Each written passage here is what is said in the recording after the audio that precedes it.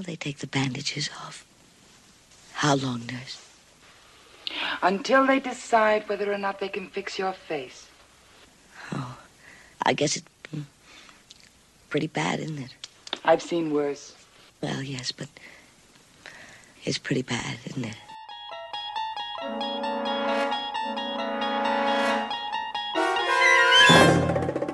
Greetings and welcome to the Twilight Pwn, the internet's third most popular Twilight Zone podcast.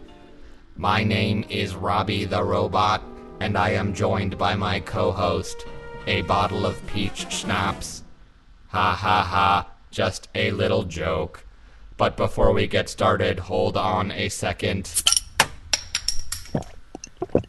I needed that. Anyway, where was I? Oh right, the Twilight Zone. Now there was a show. Not like that piece of shit Lost in Space. Oh, I guess Jack Harris was alright.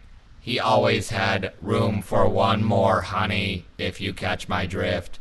But everyone else was so uptight, you couldn't even drink on set.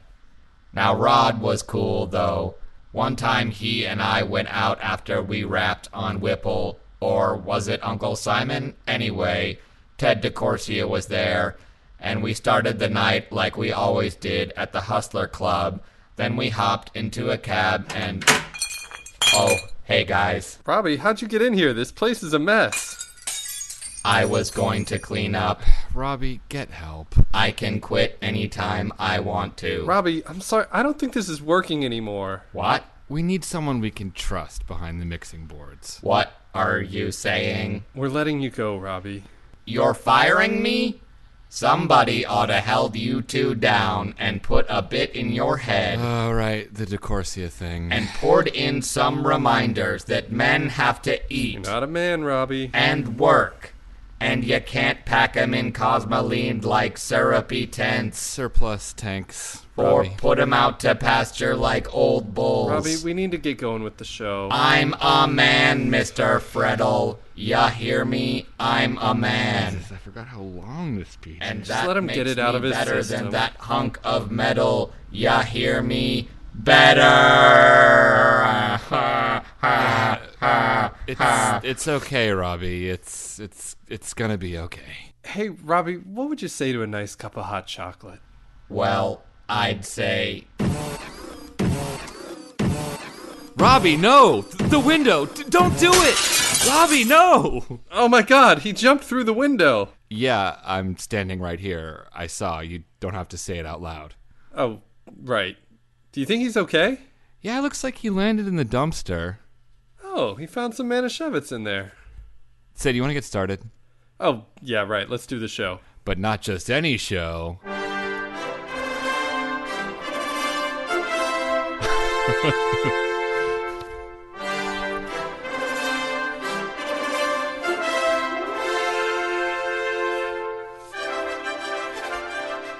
Our 100th show. Live from my living room and John's bedroom. The 100th episode of the Twilight Pwn. We put the pledge drive money to good use. Was that you in the studio conducting the orchestra there? Yeah, exactly. It was me and John Williams collabing, and he don't come cheap. All right, well, John, hello. We made it. Wow. A lot of people said it couldn't be done. A lot of spouses said it shouldn't be done. Indeed. They're still saying it. A lot of partners asked, are you still doing that thing? Yeah. A lot of friends averted their eyes and changed the subject. But we made it to 100 episodes of our Twilight Zone podcast. I feel like we've kind of maxed out on banter, so you want to just get started? What episode are we doing for our seminal, historic 100th episode? For the 100th episode, we are doing a classic among classics. We are doing the episode known as Eye of the Beholder, a second season episode. It was the 42nd of the production run. It aired originally on November 11th, 1960. Suspended in time and space for a moment, your introduction to Miss Janet Tyler, who lives in a very private world of darkness. A universe whose dimensions are the size, thickness, length of the swath of bandages that cover her face. In a moment, we'll go back into this room, and also in a moment, we'll look under those bandages. Keeping in mind, of course, that we're not to be surprised by what we see. Because this isn't just a hospital. And this patient 307 is not just a woman. This happens to be the Twilight Zone. And Miss Janet Tyler, with you, is about to enter it. It being the Twilight Zone. Yeah, exactly. And Miss Janet Tyler is a Twilight Zone woman in the Twilight Zone. And it's going to be in the Twilight Zone. Yeah. Yeah, it was kind of a weird, I don't know, I guess like he felt like he'd earned the right to kind of trick us there. So we like to do our own Serling-style intros. True to the historic occasion of our 100th episode, I wrote mine about 5 minutes ago, so... I wouldn't want it any other way. Yeah, exactly. Why don't I just speed through it, get it out of the way. Okay. Faces. Everybody has one. Not everybody has a good one. And Janet Tyler is just such an everybody. Ensconced in the Fritz Lang Memorial Hospital, Miss Tyler is recuperating after an invasive treatment that involves covering her face in bandages and exposing her to concentrated bursts of darkness. If that and a program of healing through overacting doesn't work, well, as a wise man once said, beauty is in the eye of the beholder. However, that man was butt ugly. I'm talking like Nick Nolte fell down the stairs ugly. So it was kind of all he had, you know? Sad, really. Anyway, the Twilight Zone. Pulled it out at the end. Stuck the landing. Yeah. All right, let's hear yours. Janet Tyler has a problem. She is ugly. In point of fact, when God was handing out good looks, she must have slept in. To put it mildly, Janet Tyler looks like she fell from the ugly tree and hit every branch on the way down. She's so ugly they filmed Gorillas in the Mist in her shower. Straight up. She's so ugly, people break into her house just to close the blinds. For real. She's so ugly, she scared the shit out of the toilet. UGLY, Janet Tyler ain't got no alibi. She's in the Twilight Zone. Nice. Kind of imagine like Serling like taking the mic off the stand and like walking in front of a brick wall there. Totally. Hoots and hollers.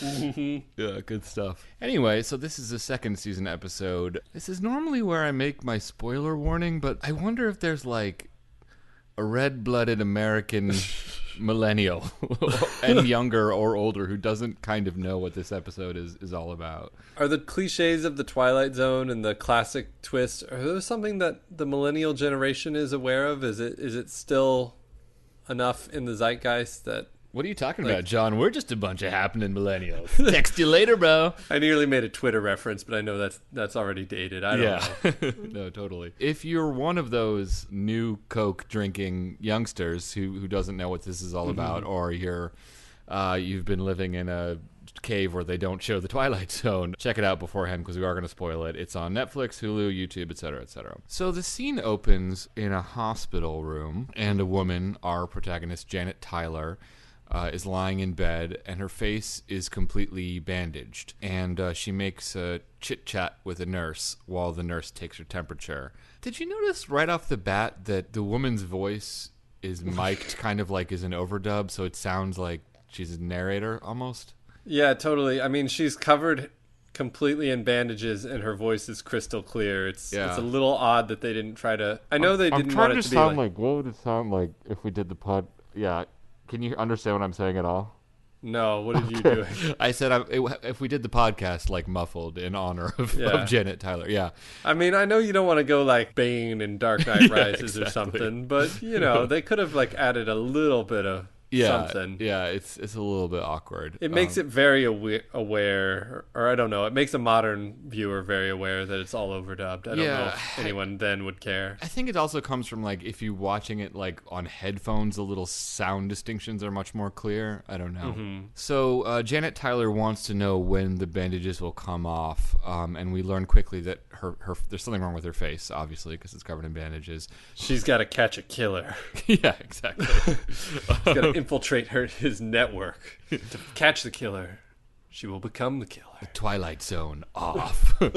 Anyway, happy 100. It's been too long since we've made face-off references. Yeah, exactly. So she has some sort of horrible birth defect, and she's anxious to see if the treatments on said defect are going to be working.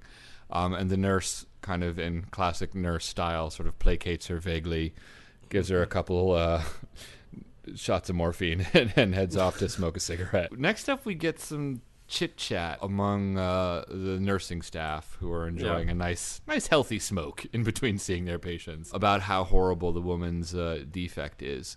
I really liked that detail. Like, I really liked someone's defect being made fun of.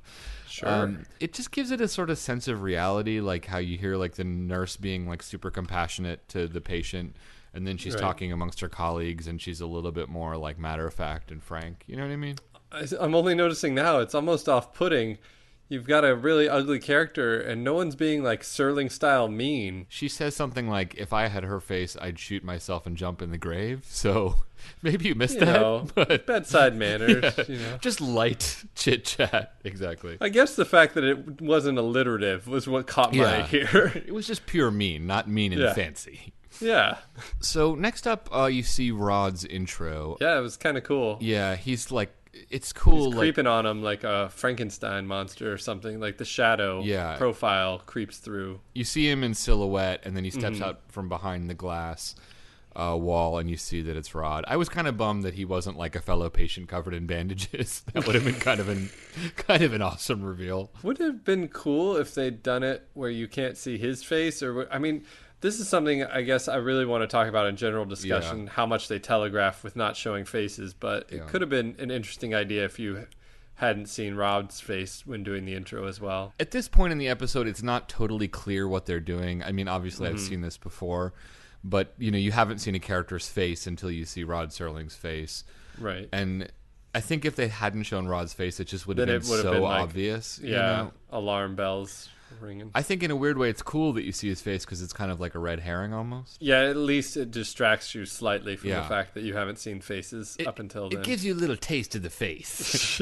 So you're cool for the rest of the episode. Right. Anyway, so next up we're back in the hospital room. It's very dark.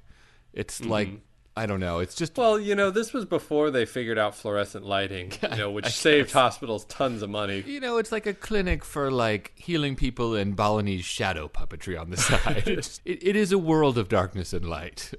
So they're just talking about her condition. They're all dying to know whether the surgery was a hit or a miss.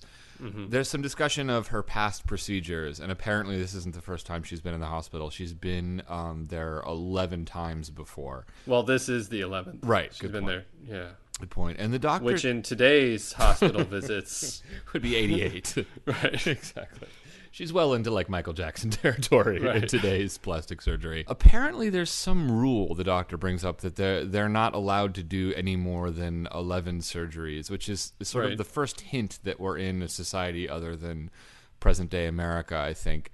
But it's weird. It's like, it's a weird number. It's like, exactly. We'll give you only 11 chances. Like, it makes me think they've all got like 11 fingers and toes or something, like, or maybe they're on like a base 11 system. Because why in the world is it 11? Maybe that's the point, is that it's like they give them a lot of chances. 11 is just an 10 awkward... totally does the job. 11 just makes you think, why is it 11? Yeah, and one for luck, Yeah, and if it was like 12, that seems better too. Like, or maybe even 13, like a baker's dozen of plastic surgery chances. Yeah, and 13 would be like ominous or something. 11 just really makes you think, why isn't it 10? Yeah, 11 just falls flat, frankly. Well, it raises more questions. It distracts you from the point of, she's at the end of her rope or something.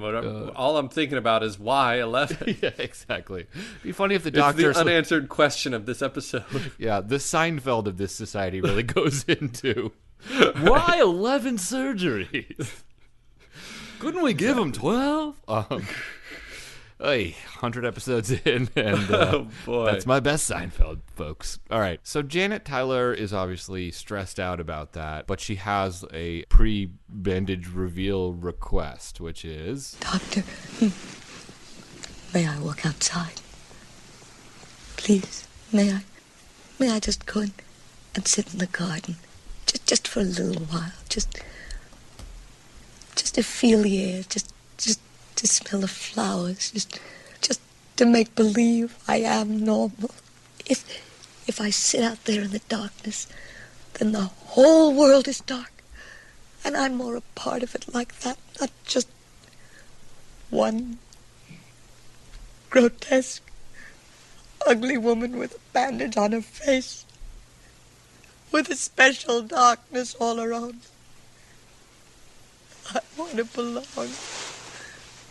I want to be like everybody.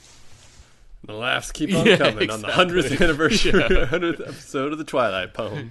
Yeah. What's interesting about the speech is that while she's saying that, she's really acting with her hands, obviously. I was going to say this. It's like they brought in a special hand model to really sell the hell out of this monologue. But... I was going to say they brought in an Italian, but...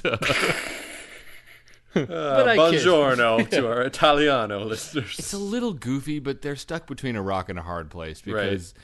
If she's delivering this, I think, very sweet speech that is well delivered by the actress, and she's just not moving at all, it falls a little flat, but, like, the hands are a little, like, magician-y. There's a quality of prestidigitation about it. Totally. Maybe there's, like, a whole other hospital to deal with that problem. Yeah, like, exactly. They're, like, one thing at a time. Yeah. We'll get to the hands. Exactly. Throughout the rest of the season, we get some further details about this society that we're in. Apparently, if the 11 procedures don't work, she has to go to some kind of society, separate sort of segregated community for freaks like her.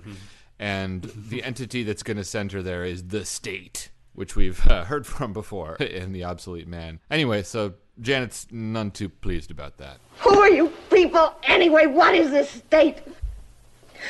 Who makes all these rules and traditions and statutes? The people who are different have to stay away from the people who are normal. The state isn't God, Doctor. Miss Tyler, please. The state is not God. It hasn't the right to penalize somebody for an accident of birth. It hasn't the right to make ugliness a crime. Yeah, she and the Obsolete Man are in the same book club or something. Yeah, exactly. There's an interesting difference there, though, because I feel like they've sold her humanity a little bit more than they've sold, like, John Library or whatever the hell his name was, like John, like Pencil Wordsworth or whatever that character's name was. Yeah, Mr. Wordsworth. Yeah, it should have named her like Janet Creepface or something like that. But they've sold her humanity a little bit more, and I think that like her speech comes more out of desperation. And I think, therefore, it's a little bit more affecting as opposed to Wordsworth, who, while being a very upright guy, was a little bit of a showboat, we can all agree. He wasn't too upset about the state coming to arrest him. He was kind of waiting on it. Having seen The Obsolete Man many times, and I've seen this episode, but I didn't really remember it very well. I didn't remember the state bits. Yeah. Hardly at all. I don't know. They feel a little unnecessary and shoved in and repetitive of The Obsolete Man, though I don't know. The Obsolete Man might have came... I think it was before that was the last episode of the first season, wasn't it?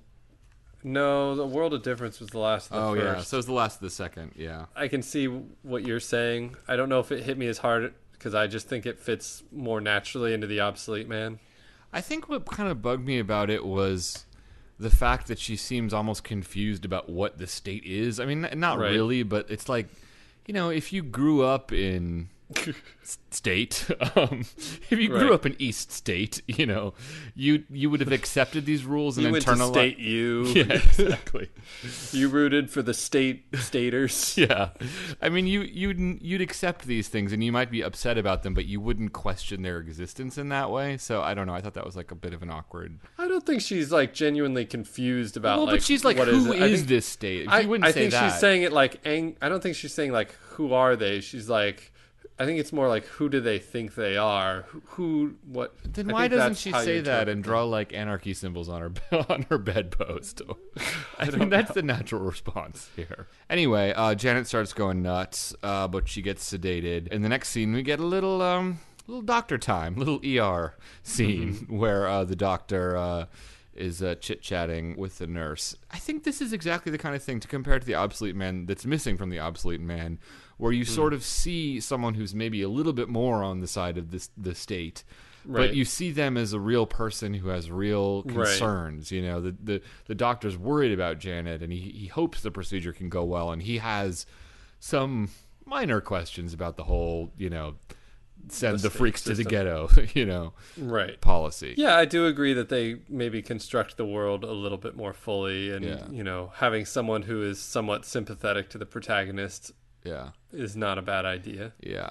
I mean, in Obsolete Man, we basically just get the two polar forces yelling at each other. This feels more like humans caught up in an effed up system as opposed to like metaphorical representations. Yeah, pillars of the system fighting with each other. Yeah, exactly. Did you feel like this was sort of like the tipping point at which the episode really went out of its way to not show you anybody's faces? I honestly felt like it was maybe after about 5 minutes. Oh, okay. I mean, I'd like to get into that in general discussion, Yeah. but I felt like it was pretty noticeable from I don't know, very just early this on. one, for whatever reason, it just started to have like the feel of like in like Austin Powers movies where they like conspiring not to like show you his penis by like having characters hold up various objects and stuff. Do I? Well, you know what I mean? Like I've been trying to sell that joke on this podcast for 2 years. I just don't know how to make it work. it's not just the peenie. Also, Elizabeth Hurley's breasts, I think, are obscured by 2 watermelons or something. But that was good too. That was a great bit. It's a classic point of comparison for Eye of the Beholder, and I'm sure what Mike Myers was drawing on. But it just has a very choreographed feel. In the next scene, we get some more sort of ER-style detail, because the nurses are on a smoke break talking about the next episode of The Leader Show that's coming on in a second. Why is it always like leader? Couldn't they just say like President Fascist? I mean, like, I don't like. Couldn't they give the leader a name? I don't know. Society is so faceless, Fred. It's just leader. I know, but it'll just clutter things up if they're like, oh, I don't know, Bernardo is going to give a speech. Bernardo, the fascist president. The Bernardo regime was one of the most brutal of planet state.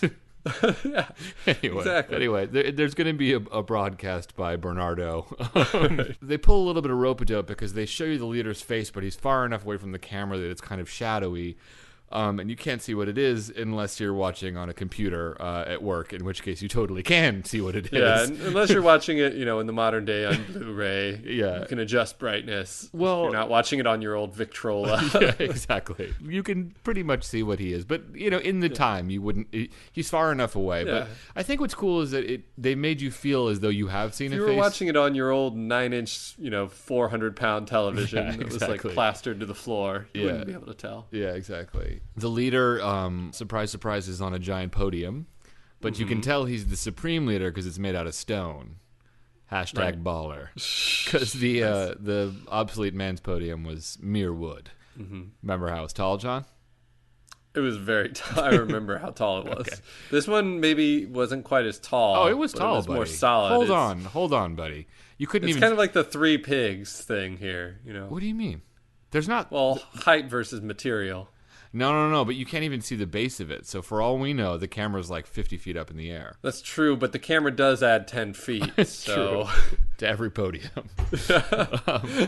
You could be on top of a skyscraper for all we know. In the next scene, they're going to finally take the bandages off, and we're going to get the makeover reveal.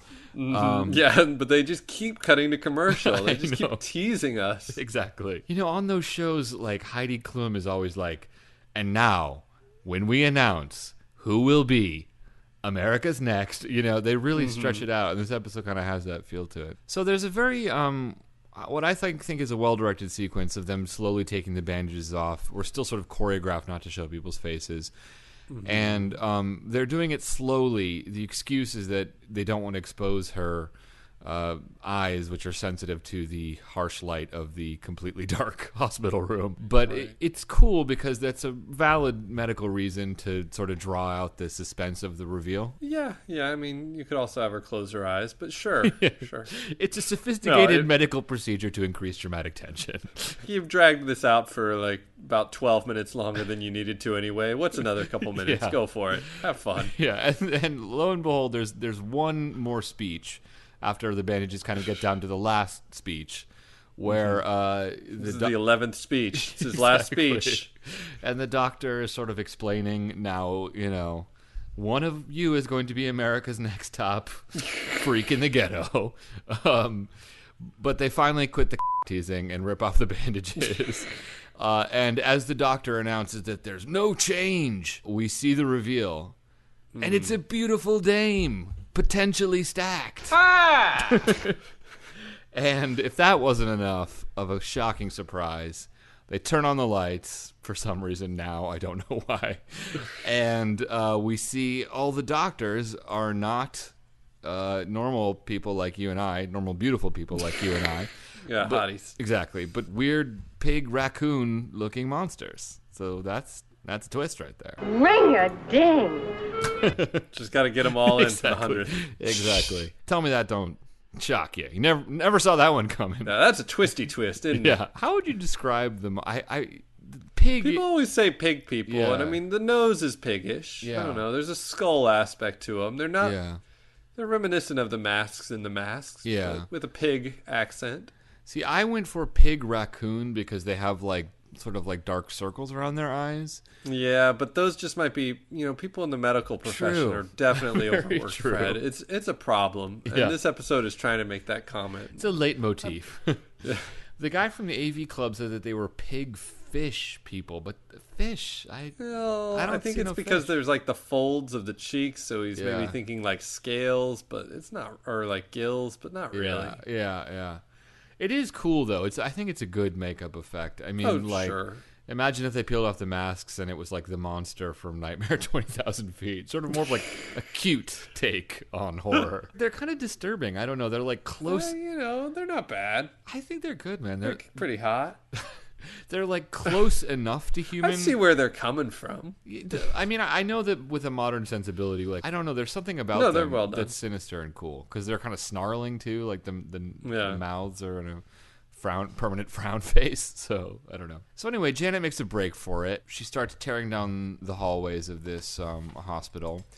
And now we see everybody's face. They can't show us enough faces at this point, including the fascist leader, Pig Hitler. We know now that there must be a single purpose, a single norm, a single approach, a single entity of people, a single virtue, a single morality, a single frame of reference, a single philosophy of government. A single serving pizza. A singled out marathon.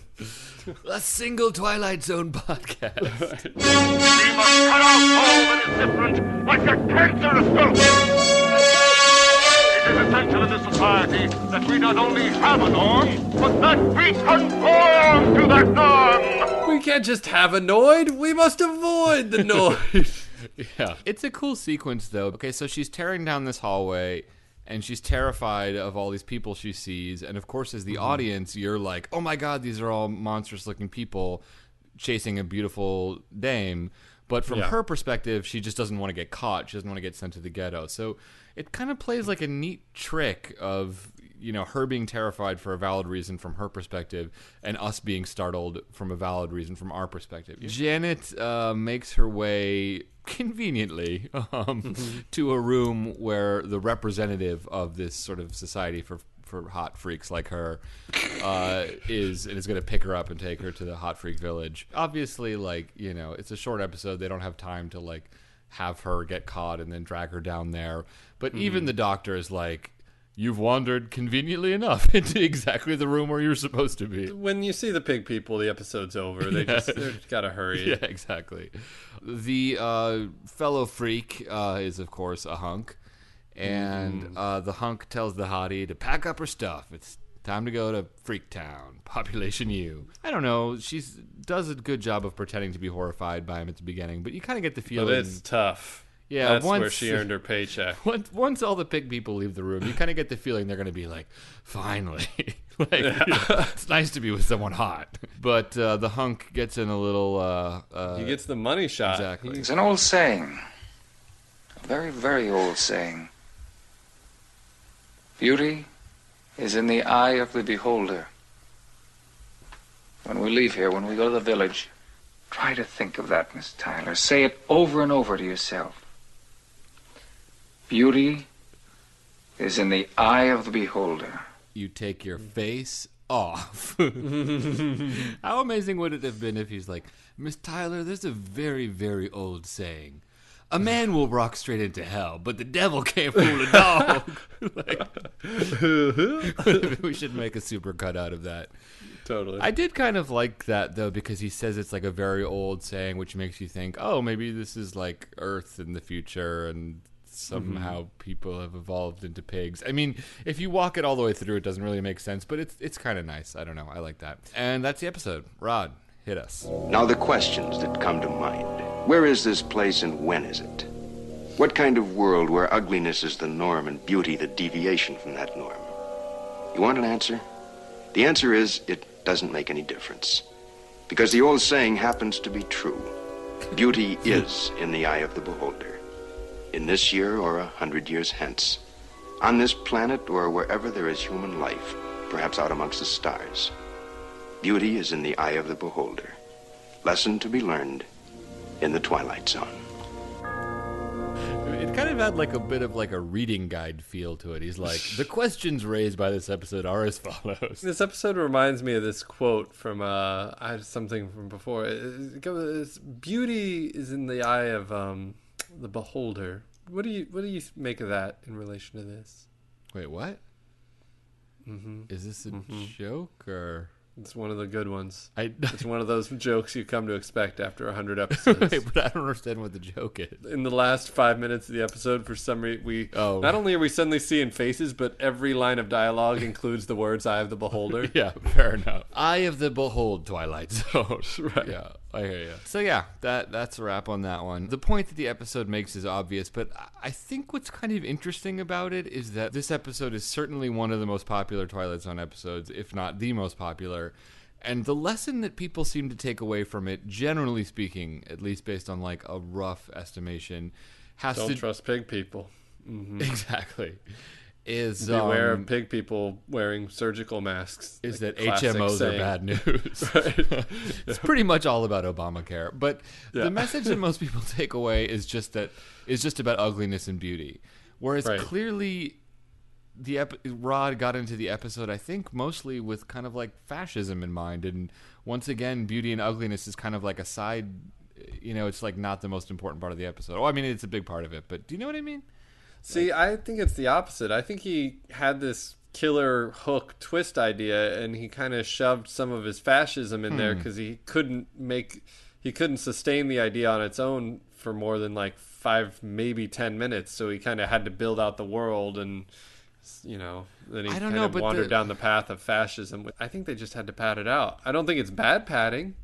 I think I don't think the fascism stuff like had to be there to make the key thing work. Well, For me, the key thing is the twist. Well, no, I agree. I'm not disagreeing with it, and I think that's the part of it that's like the most hooky. But it's interesting that he chose to go the route of the whole fascism thing, and I do think that it was an important aspect of the episode because you could have done this without it completely. And I know you're saying, well, like you need padding, but like Rod Serling could pad. Like, I mean, that's true. Let's call a spade here.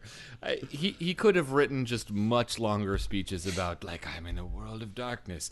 Darkness has a name, and its name is me. Like, Right. But I think that the whole fascist thing is integral to the structure of the episode, and I think it's interesting because I mean I have seen it many, many times, and every time I watch it I'm like, oh yeah, like Pig Hitler, like it's really becomes very secondary. But then how is it so important if it's like so forgettable? Well, I think what's interesting is that it's not important. I mean, I think it was important to Rod at the time, but I think what's interesting is that is sort of melted away almost entirely, and I think that it's I think this was like a saw that he was attacking fascism was kind of a thing that he was comfortable doing. Like he was pretty comfortable. A lot of people wouldn't tackle that one back then. Yeah, exactly. It was the third rail of politics. You didn't touch the fascists. But I think it's interesting because it's a specific historical moment. Like now, if you had this episode, I'm not sure that they would use a fascist society as the framework for this. You know what I mean? Was that a Freudian? You think they maybe would have used like a frat society? Did I say fratist society? You would rip from the headlines. Set in a sci-fi sorority 500 years into the future on a moon base. Right. With a hot alien nurse. Yeah. Let's work on it. Yeah.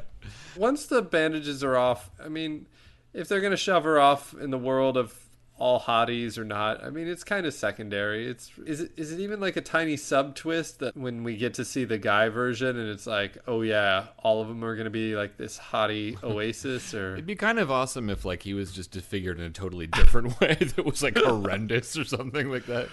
Or like if he just looked like, George Costanza. He's like, he still looks not correct to them. Yeah, exactly. But not exactly knock your socks off. Yeah. Exactly. That would have been awesome. I was kind of thinking how to compare this episode with number 12, Looks Just Like You. See, I think that one was more where it's like on the surface it's about beauty and looks, but it's clearly more about the way we view a homogenized culture and the dangers of all that. Like, I think this one really does live more on the pure surface. Like, I feel like number 12, it made sense to put it in that context, because I think that was the more important point was what he was trying to say about conformity. Yeah, but here okay, it's like conformity is really the sidebar, or the seasoning. Let me toss in a little monkey wrench into those works. If that's the case, what they should have done is made her just someone who wants to get plastic surgery because she feels ugly. Yeah. You know what I mean? But they really go out of their way to talk about how, like, she can't incorporate into normal society. So the point is more about, like, the way we, like, shunt, you know, people with birth defects or something to the side. Clearly beauty is a big part of it, but it's not just a woman who's, like, superficial, you know? Or maybe that's why they made it about that, because they didn't want to tell a story about a superficial person. You know what I mean? Did you think that the pig people looked a little more sympathetic just because of their makeup? They had kind of like the droopy sad eyes, so when they were looking at them, I know we were supposed to be shocked, but I was like, they look kind of like sympathetic. I don't know. I think they did a great job. They look sinister to me. Maybe you just have weird taste. I don't know. Big heart. Yeah. Well, yeah. Little tomato. Do you think there's any pig people who are just like more into bodies, like a real ass pig man who, you know, make do it? I don't know, man. What we doing next? Bios and trivia. Bios and trivia. Bios and trivia. Yeah. Scott, Zickery, Mark Grams Jr., Zickery and Grams, and IMDb. The leader's hand movements were meant to resemble the gestures made often during the speeches by, and I hope I'm pronouncing this right, Adolf Hitler. No. Hitler?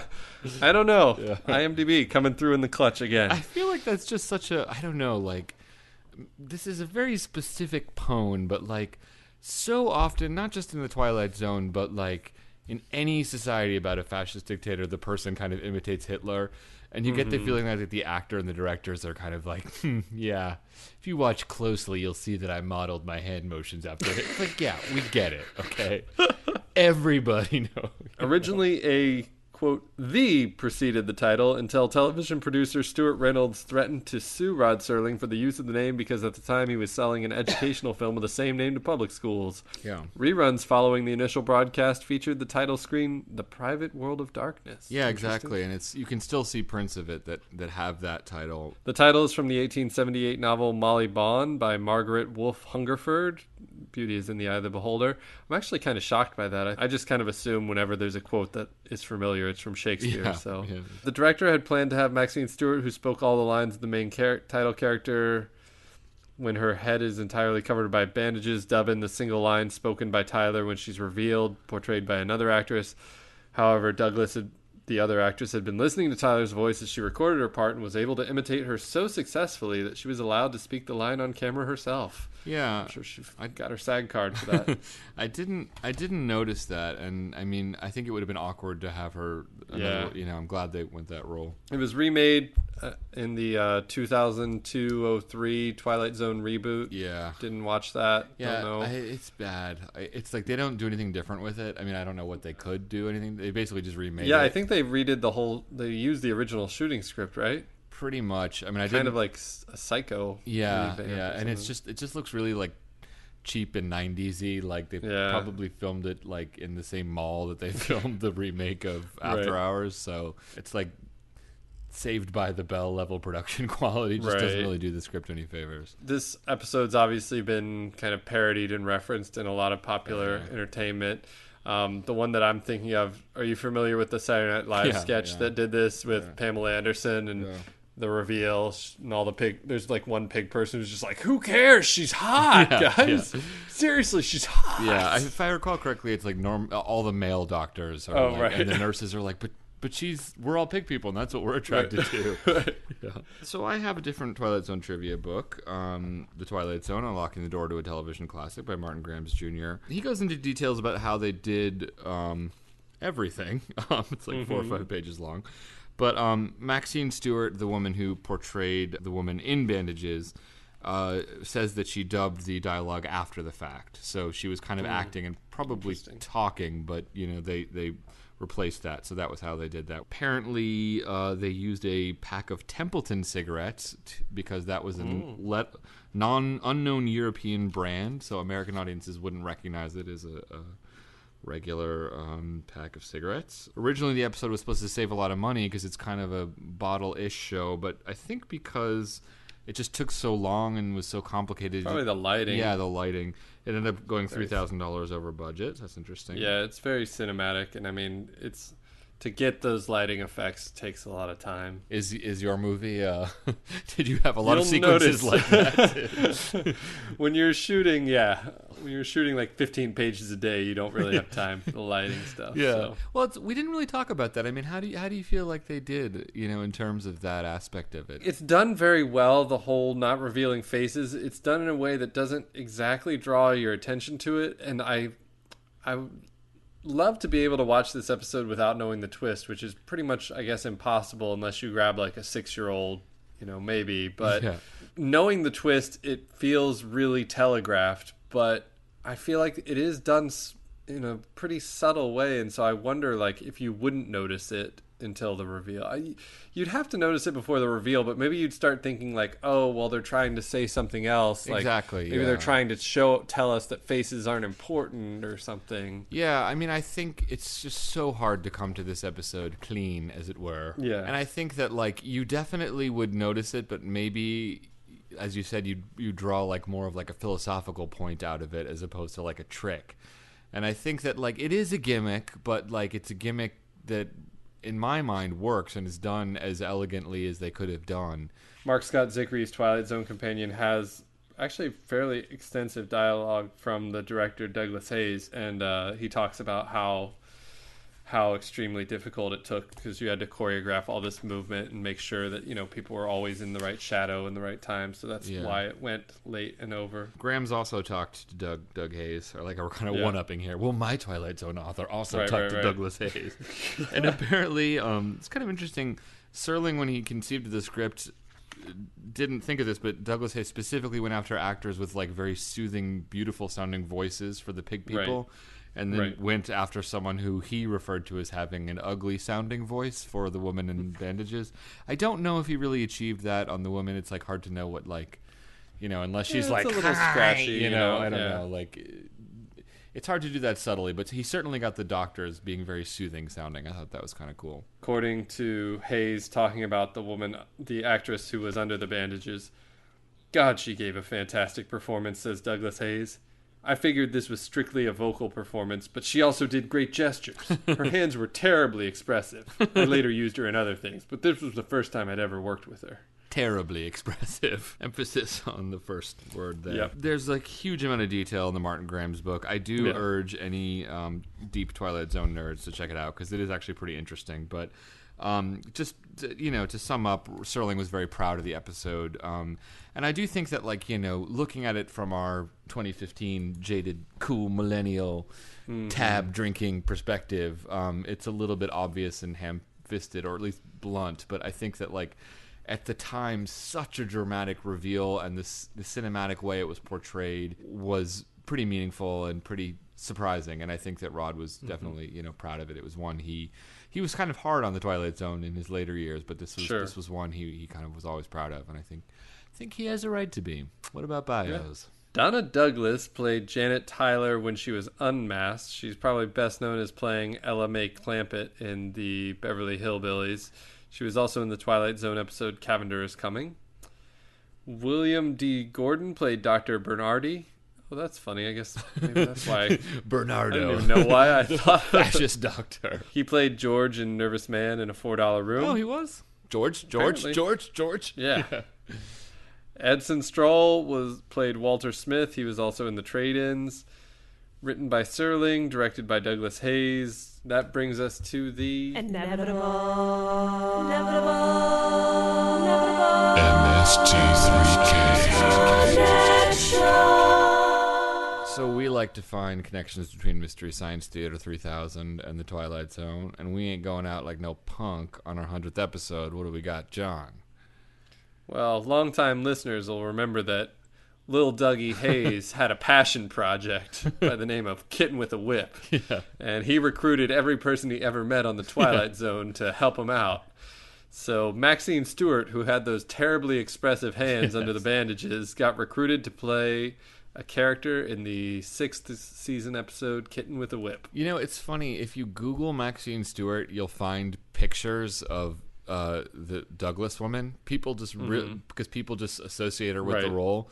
And it's funny, if you look at her IMDb page, all of the pictures of her face in bandages. It's a little horrible. She got typecast. Yeah. She was. We need a woman played a whose lot of burn face you victims in don't the 60s. see. Yeah, exactly. I'm kind of like halfway tempted to set up an IMDb profile just to fix that. It's a little unfortunate. So what does IMDb, speaking of, have to say about the rating of this episode? They give this episode a 9.2, putting it rightly in the upper echelons of TZ. I mean, I think it's great. It's very cinematic. I think it's a little bit obvious in its message, but it just portrays it so effectively that it kind of doesn't matter. Obviously, coming to it now, it's not shocking, but I think it would have been. The things against it are minor production things, like the voiceover stuff is a little awkward, the hand thing, and the fact that it's kind of one note, and maybe it's like almost survives better in memory than it does in rewatching. But even so, it's just really, I enjoy the cinema of it. You know what I mean? I don't know. It's very, very good. I'm gonna wait to say 9 or 10. How do you feel? I think we're pretty much on the same page. I think this may be a little diversion. How do you think this stacks up among the Twilight Zone twists? I know we haven't covered everything yet, and we still got a ways to go. But yeah. Would you put this among your favorite TZ twists? Favorite TZ twisties? Well, it's one of those things. It's like reviewing Coke. You know what I mean? Like it, and I mean Coca-Cola. Oh yeah, that's a different podcast. But anyway, it's like reviewing a mountain. You know what I mean? Right. It's like I give Mount Shasta 4 stars. I think it's great. Once you know it, it's less surprising. But I think it's a great twist. I think it's better. I think than the cookbook one, because I think it's a little less goofy. And it's built in naturally. I mean, you've got a whole episode building towards the reveal and twist your expectations. I guess, you kind of have them trying to decipher the book, but it's not so clear what the stakes are in deciphering the book. And it's also it's viscerally shocking because you see an ugly monster, and it's also shocking because it really flips the script on you. So it's and there's a sort of moral point behind the visceral shock. It's not just gotcha, So I don't know. I think it's a great twist. It's definitely up there. I mean, we haven't seen all the episodes, but I certainly it's in the top. It's sitting pretty right now. Yeah. Exactly. Okay, so my personal opinion, I'm wrestling between a 9 and a 9+. I don't think it's quite a 10. I think a lot of people could call it a 10, and they'd be right, because I think you maybe said at one point a 10's got to kind of hit you personally. Yeah. I think it's extremely well directed. I think the performances are good aside from the dubbed in thing, but what could you do? It's just what it is. And my only real critique is I do think the fascism, he makes it work. It's just I don't know. It's a little boring. It's a weird situation where it's it feels like padding, but it's the best padding we've ever seen. I don't know. I know it's not essential to the story and the twist, but it complements it all pretty well. So I don't know. It's a really good. It's extremely well directed, and it's got one of the best twists in the series. So that puts it in high area. It's very well written overall. I'm thinking I'm gonna give it a 9. I think it's a 9. God, I don't know. For the first time, I feel really confused about these deeply meaningful ratings. I know. Well, it's so iconic. Well, I'm going to get all kinds of hell for not saying 10, so you might want to just save yourself. Yeah, I mean, I'm not just bowing to. I think if it's a 10, Fred. If it's a 10 in your heart. It's a 9+. I don't know. It's weird. It's funny because where is everybody? Sorry, I'm not. Where is everybody? The airplane pilots, that find the cookbook. No. To Serve Man? No, Odyssey of Flight 33? No, God, this is pathetic. We just did it a second ago. Pledge now. When the sky was opened up. When the sky was opened up. Yeah. Something about it just affects me personally. I don't know why. Right. And something about It's a Good Life. I don't know why, but just something about it is deeply disturbing in a way that this one just feels a little bit more simple, and a little. As a hottie, it's hard for me to relate to some of the stuff in this episode. And as a pig man, I find it very offensive. So yeah, it's like everything but the slight personal, to me touch. Yeah. So the Fred rating is a 9+. Of course. All the 10s out there are totally justified, but the Fred rating is a 9+. Yeah, totally understand you folks with the 10s. Yeah. So it's all just right. put that letter bomb back in the box and cut the green cord, and let's call it a wrap on Eye of the Beholder. Thank you to everyone who requested it. I'm sure many people did, right? Yeah, we had multiple requests, including from the Kessel Run and from Alex on Gmail, and I think we might have had one or two others over the years, so sorry if I forgot. Yeah. And speaking of the listeners, thank you everyone who donated to our pledge drive. Very much so. Yeah, we reached the goal of covering hosting costs for the next year. So I just wanted to take a moment to thank everybody who donated. It really does actually mean a lot. Obviously we do the podcast mostly for our own stupid enjoyment, but it is really nice to hear from people, and especially if we've become a brief part of your day or brief weird little part of your Thursday. It's very nice, and thanks to everyone who donated. And if you didn't get your episode, please email us, because a few people were having trouble, so just let us know and we'll make sure you get your bonus episode. And speaking even more of listeners, we recently received an audio note from a very special listener indeed, Tom Elliott, the host of the Twilight Zone podcast, the internet's most popular Twilight Zone podcast. The gold standard of Twilight Zone podcast. Had this to say. Hello, John and Fred. This is Tom Elliott, and I thought I would send you some well wishes on your 100th episode. I'm probably a bit late, so maybe your 101st episode, but I didn't want to let it pass without at least saying something. I've enjoyed the show so far, and you've achieved in how long you've been going? A couple of years. You've achieved in 2 years far more than I managed to achieve in terms of output. I'm at about 60 episodes now, and 8 of them were presented by someone else. But, you've achieved a lot in those 2 years by getting to 100 episodes, consistently putting stuff out there, and, I think that deserves some praise. I myself am on year 5 of my 3-year mission to get through every episode of The Twilight Zone, and I hope you too will join me on my 100th episode, which I'm probably going to get to in about 17 years' time. So, you always joke about being the 3rd most popular Twilight Zone podcast on the internet. But if it's any consolation, you're my favourite Twilight Zone podcast. Well, apart from my own, so you're my 2nd favourite Twilight Zone podcast. Sure, yeah. Well, that's Although great. Although That's that really Twilight cool. Zone Club one that did 3 episodes 5 years ago was pretty good. Mm-hmm. So, you're definitely top 5. Top 5 Twilight Zone podcasts for me. Keep it going, gents. And I will speak to you soon. Bye. God. I'm glad that his podcast isn't comedic, because he's a funny guy.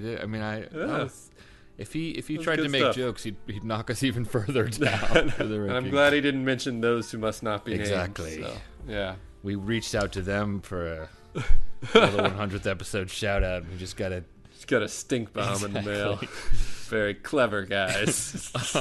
So next week we're going to do The Chaser, which was requested by our old friend Tiz Kicks on Twitter. So thanks very much, TSDCX. Check it out. But in the meantime, please get in touch with us if you have any questions or episode requests or audio messages like Tom. John, how can people get in touch with us? People can send us an email at twilightpwn, pwn@gmail.com. You can get in touch with us on Twitter at twilightpwn. You could check out our website, twilightpwn.tumblr.com, where you can donate year-round. The pledge drive's over, so we'll stop talking about it. I won't mention it ever again for 50 episodes or so, but you can also listen to us on Stitcher or TuneIn Radio, or you could subscribe to us in iTunes. And if you're in there, if you leave us a rating or a review, we'd really appreciate it. Yeah, and also make sure to check out Tom's Twilight Zone Totally. podcast. It's just called the Twilight Zone podcast. He's Yes. a better podcast, but not as regular. But he's been doing Yeah. a bunch of episodes recently, including one on Eye of the Beholder. So check it out. Yes, yes. But consistency is important, Fred. It's you true. know? Very true. Very true. We have that over the Twilight Zone Club or whatever it was. 3 episodes 8 years ago. And they're still Top above of us. iTunes. Go figure. Exactly. Cool. All right. Well, I'll talk to you next week, John. All right, later, Fred. Thanks.